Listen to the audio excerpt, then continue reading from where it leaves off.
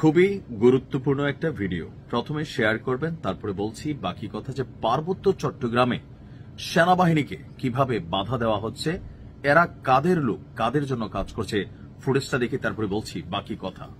হচ্ছে এখানকার ভবিষ্যৎ। ওকে, অবশ্যই অবশ্যই আমাদের নির্দিষ্ট ভবিষ্যৎ। যখন পড়াশোনা করছো, তাহলে বলো আমাদের থাকাতে কি অসুবিধা তোমার এখানে? আপনাদের থাকাতে এখানে কোনো অসুবিধা বলতে অসুবিধা নয়। Very good. হ্যাঁ, অসুবিধা নয়। সবাই শুনেছেন? আমাদের ভবিষ্যৎ প্রজন্ম বলেছে অসুবিধা নয়। অসুবিধা হচ্ছে বর্তমানে হচ্ছে না, কিন্তু ভবিষ্যতে হবে। কি হবে? ভবিষ্যতে অবশ্যই হবে। কি হবে? এখানে কোনো জন্ম কত সালে?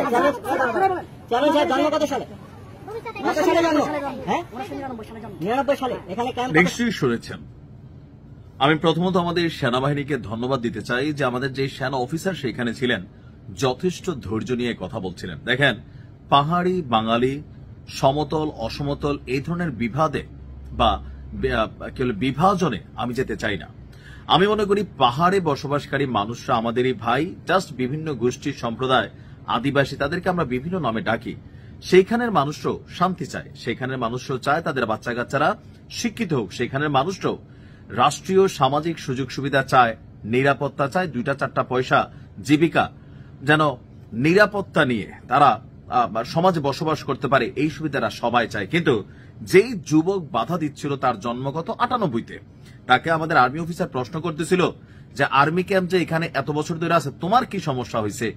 আসলে কে এই যুবক, কারাই ইউপিডিএফ? দেখেন, 1998 সালের 26শে ডিসেম্বর একটা সমাবেশের মাধ্যমে ঢাকায় প্রতিষ্ঠিত হয় ইউনাইটেড পিপলস ডেমোক্রেটিক ফ্রন্ট, সংক্ষেপে ইউপিডিএফ। এদের আসলে কাজটা কি? এদের মূল কাজটাই হচ্ছে পাহাড়ে অশান্তি তৈরি করা। পাহাড়ের যারা সাধারণ মানুষ আছেন, খেটে খাওয়া শ্রমজীবী মানুষ আছেন, এদেরকে বুঝাইয়া টুঝাইয়া যে দেখো এই বাংলাদেশ আমাদের না, বা এই পার্বত্য অঞ্চল এটা আমাদের স্বায়ত্তশাসিত অঞ্চল, এখানে সেনাবাহিনী আসলে ভাই দেখেন আপনারা যারা পাহাড়ের মানুষ আছেন আপনারা কি শান্তিতে আছেন? এরা এখানে বিভিন্ন ধরনের সিস্টেমে এরা কিন্তু এই এলাকাটাকে কন্ট্রোল করে। এখন সেনাবাহিনী কোথাও থাকা মানে কি ক্ষতি?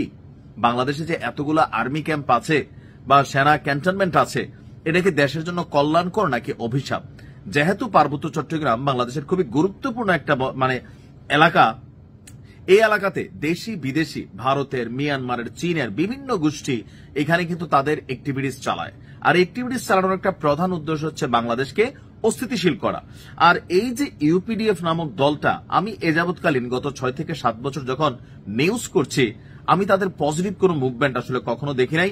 যখনই পাহাড়ে মানুষের নিরাপত্তার জন্য সেনাবাহিনী সেখানে কোন রকম কর্মকাণ্ড করতে চায়, এই সাধারণ পাহাড়ি আদিবাসীদেরকে নিয়ে আইসা একটা মবের সৃষ্টি করে, তাদের কাছে একটা ভুল বার্তা দেয় যে না, বাংলাদেশের সেনাবাহিনী এখানে ক্যাম্প করতে পারবে না। বাবা, তোর সমস্যা কি? এদের মতন কিছু যুবক আছে যারা ওই এলাকাটাকে কন্ট্রোল করে, সামহাউ এরা সেখানে অশান্তি তৈরি করে, এদের একটা রাজত্ব চালায়। আপনি এদের সম্পর্কে যদি দেখেন, ভাবাদর্শ কোনটা? গণতন্ত্র, সমতা। তো তোমাদের সমতা তো তোমরাই দিচ্ছ না। সারা বাংলাদেশে ক্যান্টনমেন্ট আছে, তোমাদের এখানে ক্যাম্প করলে কি সমস্যা? কিসের সমতা তুমি চাচ্ছ? রাজনৈতিক অবস্থান কি? বামপন্থী এবং চরমপন্থী হিসেবে এরা কাজ করে। আনুষ্ঠানিক রং হচ্ছে লাল। বাংলাদেশের রাজনীতিতে তারা রাজনৈতিক দল হিসাবে এখানে নানান ধরনের বক্তব্য, ভূমিকা আসলে রেখে আসছে। আর বলা হচ্ছে যে রাঙামাটিতে বাংলাদেশের সেনাবাহিনীর টহলরত সদস্যদের উপর পার্বত্য চুক্তি বিরোধী সংগঠন ইউপিডিএফ এর সশস্ত্র সন্ত্রাসীদের হামলা বিভিন্ন সময় হয়েছে। এদের আবার নিজস্ব একটা ফোর্স আছে। এখন সেনাবাহিনী থাকলে কি হবে? এদের যে ফোর্সরা ওইখানে ধরেন এক ধরনের রাজত্ব চালায়, রাজতন্ত্র চালায়, গণতন্ত্র এদের ভাবাদর্শের মধ্যে থাকলেও আসলে কি আছে? এই বিষয়টা নিয়ে পাহাড়ের অনেকে আমার ভিডিও দেখেন, আপনাদের ব্রেইন ওয়াশ করা হচ্ছে। সেনাবাহিনী কি কারো শত্রু? আপনাদের কোনো ডিস্টারবেন্স করে? সেই এলাকাটার মধ্যে আপনারা বাচ্চা কাচ্চা নিয়ে আপনারা চান না যে পরিবেশটা একটু সুন্দর হোক? তাহলে কেন সাধারণ মানুষ হিসেবে আপনি সেনাবাহিনীর অবস্থান সেখানে চাইবেন না? আপনাদের ব্রেইন যারা ওয়াশ করতেছে এরা আসলে বিভিন্ন দেশের এজেন্ট, টাকা পয়সা বিভিন্ন সহ সুযোগ সুবিধা এরা নিচ্ছে, বিনিময়ে আপনাদেরকে যা বুঝাচ্ছে হয়তো আপনার ছেলেটাকে নিয়ে কাজে লাগাচ্ছে। কি কাজে লাগাচ্ছে? এদের বাহিনীতে তৈরি করতেছে। কালকে সেনাবাহিনীর সাথে যুদ্ধ হয়, র্যাবের সাথে যুদ্ধ হয়, আপনারা বিভ্রান্তিতে থাকেন, সমতল অসমতলে ঝগড়া লাগায়, আগুন, লুটপাট, এগুলা কিন্তু দীর্ঘদিন যাবৎ চলছে। সেনাবাহিনীর উচিত মেরুদণ্ড সোজা করে পাহাড়ে বাংলাদেশ সেনাবাহিনীর ক্যাম্প নির্মাণ করা, এর কোনো বিকল্প অর্থ নেই। ভালো থাকুন।